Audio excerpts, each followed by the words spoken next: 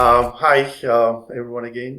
We are again today in one of our another customer facility, also in New Jersey. So we have here Steve and Jeff from the Perfume Spot, one of our also great customers. And what we're gonna do is today we're gonna ask them some questions about the company, about their background, because Steve and Jeff been in e-commerce for really long time, and I kind of see the whole evolution of e-commerce in a way, and they have really interesting story. We have conversation earlier also, but just want to ask maybe first Steve. Steve, you've been in e-commerce maybe over 20 years, and you kind of see almost from the early beginnings until now.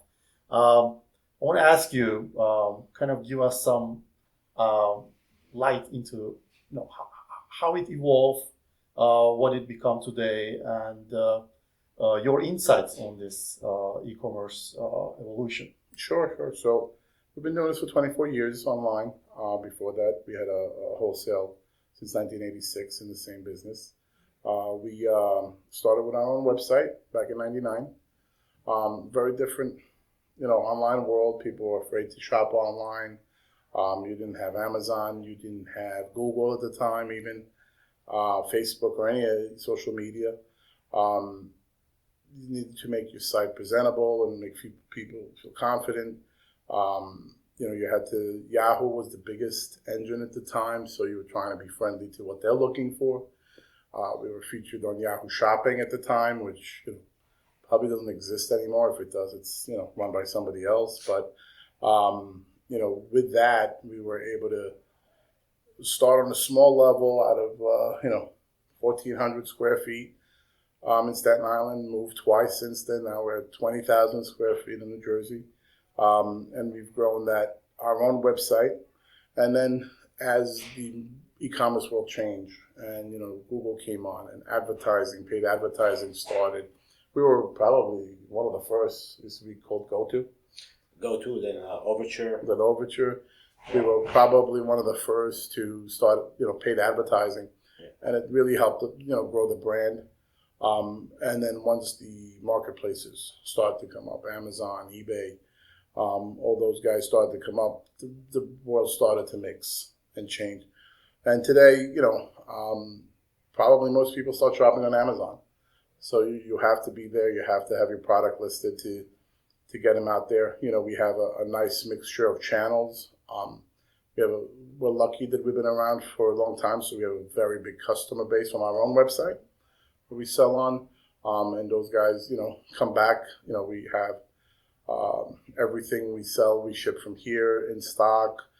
We have in-house customer service, in-house tech team. Other than using StoreAutomator to connect to the channels, everything we do in-house, so we can control the customer experience, which I think sets us apart. But I'd say the biggest change is probably the fact that people are comfortable shopping online today. It's second nature, and the growth of the channels versus individual websites. Yeah. And one of the things that really interested to me is you guys are both entrepreneurs, but you guys are the second generation entrepreneur, as far as I know. Maybe Jeff, you want to kind of mention about the story, how the idea of the Perfume Spot and having that online actually originally come from another venture. Maybe your parents started. You were mentioning about earlier. So some of my parents were they were all selling also perfumes to the mom and pop stores, to little pharmacies. They were doing it since the mid late 80s. Wow. Actually, the late 1999, 98. When the internet just was, at the beginning. I mean, e-commerce, internet been around for a few years already, but e-commerce started to not really took off yet, but it was a .com boom. Yeah, there was some, if you guys remember AOL and Yeah, you got mail. You got mail, yeah. so we came up with this idea. Yeah, I came from retail. I had retail stores in the city, in Midtown and in the Lower East Side, and still with a tech background, and my parents came with the actual product, so we put it together and we started, we said let's try to sell, perfumes online, and I think it was September of '99, and we took this storefront in Staten Island, it was actually a storefront, and in the back we had a few tables to pick and pack, a few orders a day, and late November came, Christmas, and it took us by surprise. All of a sudden we started like back then it was heavy, like 100, 150, 200 orders a day, today we do it in minutes, but back then it was huge, and it really took us by surprise, and and everything evolved so fast. So practically in a few months we just shut down the storefront. We needed the space for to fulfill orders, and then, slowly, we grew. We always made sure we do the right thing. Like, we never sell something that it's not actually physically in our warehouse, like on PO Very on the important. way. And we take pride, because every order that we get before 2 p.m., we'll ship the same day. It's practically, we send over 99% of the order, but it's 100% of the orders, especially now we have good, good company that controls our inventory, so there's no, Thank you so much. yeah, Thank you so much. they a really good job controlling the inventory, which is very important. I mean, that's Yeah. the first thing we look for when, Yeah, we try to be, consistent with our solution and up and running 100%. talking about how the all the business time. evolves. So back then it was one website, so Yeah. whatever you have is on the web. Today you offer your entire inventory in so many different channels, so many different marketplaces, the different, we also drop ship for other companies. Our B2B business is growing nicely. So, if we have 1,000 pieces of a certain item, it's available for everybody. So, that's a StoreAutomator. I think that's the main thing about managing the channels, to control the inventory. Yeah. Many other things as well, but that's the core, because you don't want to oversell. Yeah, exactly. Yeah. And also, Jeff, StoreAutomator you mentioned, but running a complex e-commerce operation like that may require other solutions. And can you just kind of, briefly talk about the tech stack that Sure. the Perfume Spot use? Like I mentioned, we do everything in house, including our tech. All the software we use was written by us for us. It's very, it's very particular. And Everything we need, nothing we don't. Yeah. So other than using QuickBooks for accounting, which has a lot of stuff we don't need and stuff we don't even need, but everything from our product management, where they enter products for sale, every field is made for our products. Warehouse management. Warehouse management system was built for our warehouse. Order management system. We use Zendesk for ticketing on emails just because it makes customer service know who's talking to who and keeps track of things. But on that, we used to, when we first started with channels, we used to talk to the channels. Right? We would talk to their API list, products, whatever. And then as we added more channels, it became a full-time job managing them. And then the channels changed their APIs constantly and whatever. And that's when we decided, well, let's take this out of our hand. We'll feed somebody one feed and let them do what they do best. And we've been through a few solutions through the years. When we onboarded with StoreAutomator extremely quickly.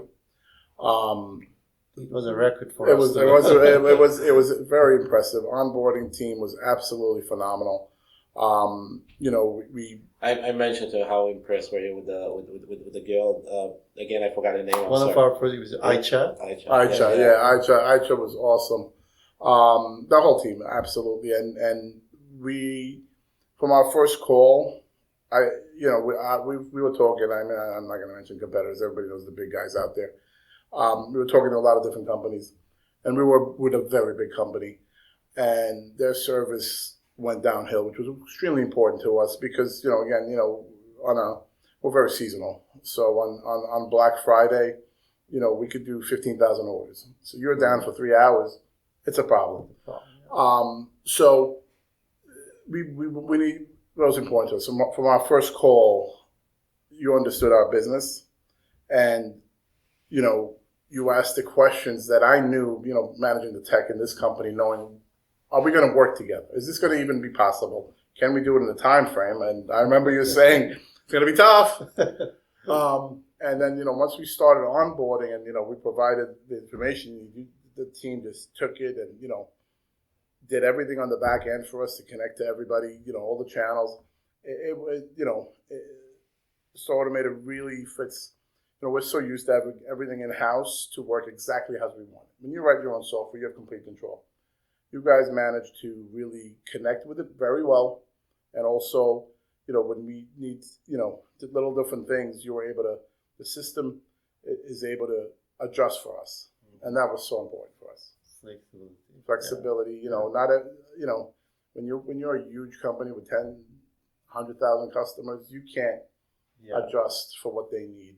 And obviously it's a shared product. You have many customers, but as we've grown together, features that make sense for people, or get added, and support has just been, so great.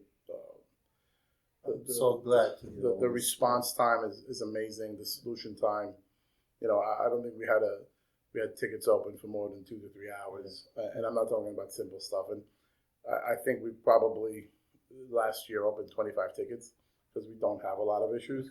When we have an issue, it's usually something like very unique that happened, or something on obviously you're talking to our system, talking to your system, talking to channels, but it's been great.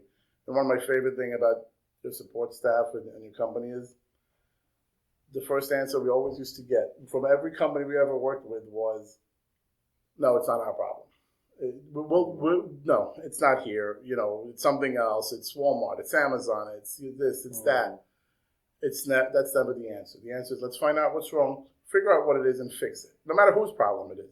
And that's I remember the first hosting company we used to use. Every time we called, what was the question they used to ask us?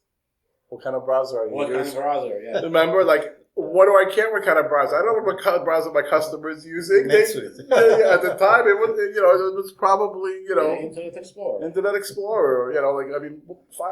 What does it matter? And we always laugh at that. So the support, like I said, we haven't had many issues, but the response compared to our previous provider, phenomenal. Yeah, and again, not from the tech side, from the practical side. I'm doing the buying, the merchandising. Coming in the morning and not see that we oversold 100 pieces. Or again, the inventory control is very crucial, and I'm impressed. It was a big thing he was worried about it. I'll be honest. That was my biggest worry. When we were talking, he was worried. We value our But metrics. I think as a retailer, the worst thing you can do is sell something that you don't have in stock, that you cannot actually ship and deliver. And that was always my concern. That. I want to kind of dive into some other areas because as you mentioned, retail getting more complicated, more channels. Diversification. Channel diversification is really a term that I really like to use a lot. And also, I see the Perfume Spot is just at that spot about channel diversification. So my question is, Jeff, what you see over the years change about channels that the Perfume Spot want to be in, and what is also bringing in the future the Perfume Spot be expanding into, considering every channel has their policies, every channel has their changes all the time, like, Steve mentioned the APIs, and not only that, the requirements and stuff. So what do you see the Perfume Spot is going into future about the perspective of channel diversification? What channels maybe we always, over there we tried some of the smaller marketplaces. It just doesn't work. If it's if it's 1% of your business, sometimes I don't know, maybe with the right integration, if you don't put any effort or maybe it's something to revisit, reconsider. Because there's so many marketplaces out there, we always, although we try the smaller one, we concentrate on the big three. There's more, some new players out there today that that are like The Sheen. the Shein, but I don't know. Maybe it's something that if it's like really a turnkey kind of thing, as far as integration, why not? I mean, if there's And the audience is there. yeah. Yeah. TikTok shop sometimes comes to Yeah. our mind. That's one of the the new players obviously in the Yeah. business. Yeah. So we also, continue adding more channels. Hopefully, among them will be the good ones that also the Perfume Spot can use and expand the channel diversification. One thing I want to also ask, because you guys are really been in e-commerce, we call sometimes the old time and the Wild West. Now they call jungle actually. So you've been all in the whole phases. But what do you see coming for e-commerce in general for the future? Where we are heading to? Is it social commerce is going to be more popular, or what would be the e-commerce new entrepreneurs should be thinking about the future of e-commerce and how they should plan? Kind of your insights as a veteran of e-commerce, and share with this, the new e-commerce entrepreneurs, you will say. Listen, I mean, there's some challenges. I mean, the younger generation, I mean, the traditional website, like they don't exist. They go straight to Amazon and the social media shopping platform. You cannot change the trend. You have to adjust to it. So obviously, I think the traditional old-fashioned website, not going to disappear, but it's a challenge, how to grow those kind of websites. Eventually, from desktop, and it's all the more and more mobile. I don't know. It's a tricky one. It's really tricky. I think we're going to see a change. There's too many variables to predict it. I think that at some point Amazon's going to be too big, and the government's going to say, well, you can't sell it and have sellers and have the cloud and have a fulfillment company that's man has so much. The Amazon cloud today goes down, the internet is down. The whole idea of the internet was that we could go around if something is down. I mean, you have an outage. I mean, we haven't had a big one in a couple of years. You had an outage, and literally a third of the internet went down on the cloud, right? Because somebody put in the wrong digit or something, right? So I think that might happen. I also think that depending on where the economy goes, and I think that a lot of the younger generation, through COVID, had a lot of extra money, and I think that's changing right now. We're seeing some trends in the economy that say people are more worried about price, and Amazon isn't always the best way to get the best price. So as spending gets tighter, you might see people go back to let me shop around, where you have a shot of bringing them to your website, taking care of them, answer the phone when they call. I mean, try to order, we sell perfume, order a perfume from Amazon and try to call support and ask them a question about the perfume. You're not going to get an answer. We could, we could, besides the regular support of orders, we could tell you about the product. We could tell you, things about it. So I think there is room to grow. I just don't think that we know yet how it's going to play out. But I see some future things where the traditional websites that have very good websites, very good product, very good support. But what they don't have is what the consumer likes. They like to order today and get it tomorrow. Maybe get it afternoon today. The infrastructure that the big guys have. The smaller guys are never going to have it. Well, I mean, you could use third-party fulfillment to get across the country and get people 1 day, 2 day. You can Amazon obviously will deliver for you now too if you want to give them your the future UPS. So I don't know. But I think that with certain items, yeah, absolutely. You want to order something, you want to get it. But when it's going to come to, I could get it tomorrow for $40, or I could get it 3 days for $25 when things are tougher. I think we're going to see a little bit of a change. There's also that, the other side of this, of the social, the green world that we're getting into. I mean, sustainability. Do I really need my cologne tomorrow when I still have half a bottle? Do we have to fly it? Do we have to, have a truck on my block 3 times a day from Amazon? Yeah.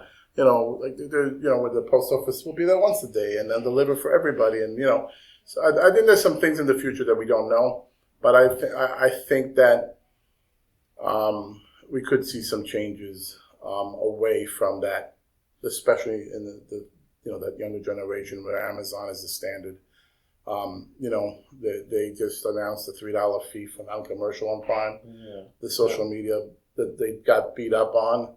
And sometimes that's everybody loves to boycott and go behind something, but everybody still got an iPhone, even though it's made how it's made, where it's made. So I don't know. We'll see.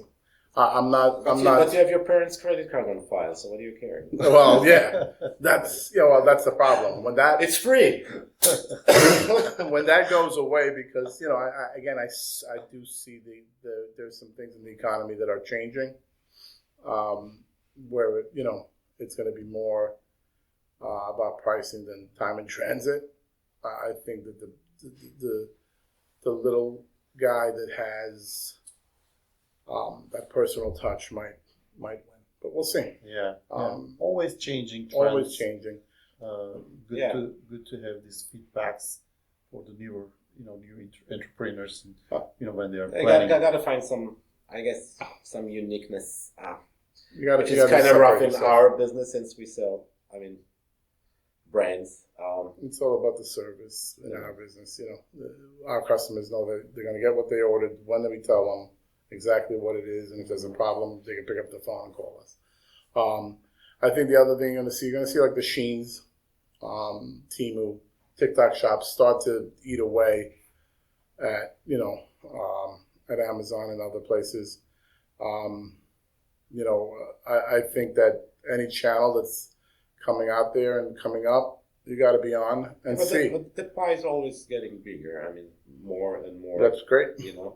That's absolutely great. Yep. Yeah. Thank you so much, Steve, Jeff. It's our pleasure. We have a great time today together, and all your insights will be very valuable for our audience and the StoreAutomator fans. And hopefully this is the first time, but we will be back again and have another conversation. Hopefully in a year, more successful days that we're going to be talking. But thank you again for having us. Pleasure. Really, Thank you. really It's our pleasure. pleasure. Thank you so Thank much you. for coming in.